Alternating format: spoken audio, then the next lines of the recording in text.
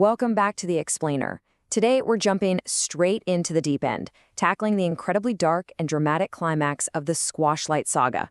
We're looking at the witches, the judge, and the Squashlight. Let's get right into it. So, here's the big question for Chapter 15. What happens when a town's rigid, by-the-book justice system slams face first into actual magic?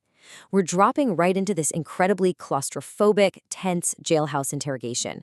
The town's ultimate authority figure is walking into a cell completely unaware that the rules of his reality, well, they just don't apply anymore. I mean, you really have to think about who these three women were before all this. Old Lady King, Carol Bell, and Tashia. We're talking about a respected herbalist, a teacher, and a shopkeeper. Literally the pillars of the community. But now they are completely unrecognizable.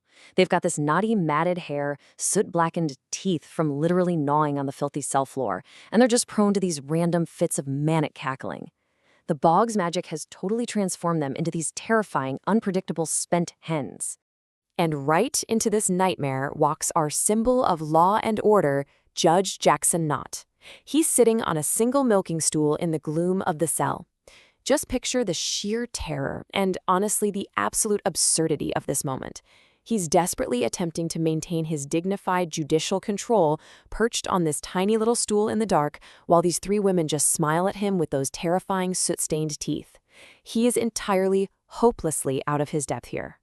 The women instantly take over the interrogation. The magic has so deeply changed them that they launch into these really unsettling, rhyming taunts.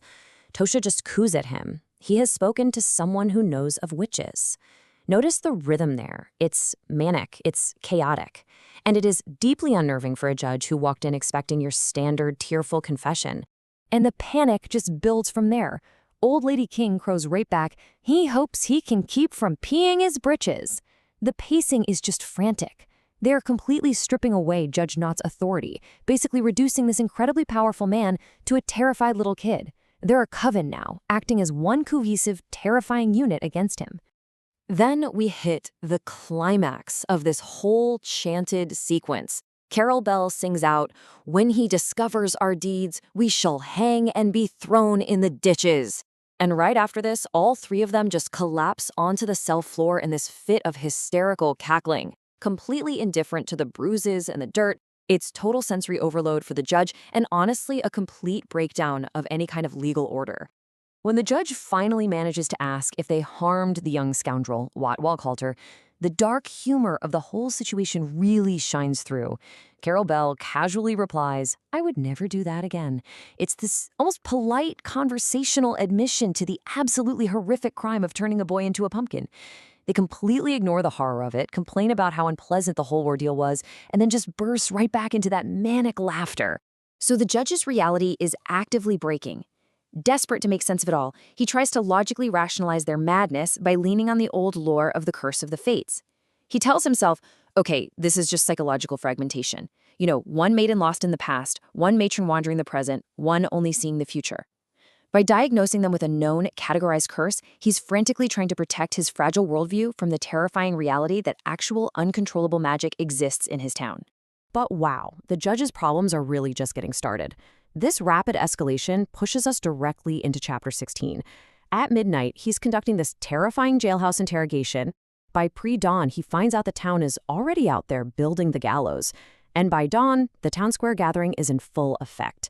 His authority was a total illusion. The town is completely bypassing him for immediate, unorganized mob justice. The imagery here is incredibly striking. No stars, charcoal gray, torches burning.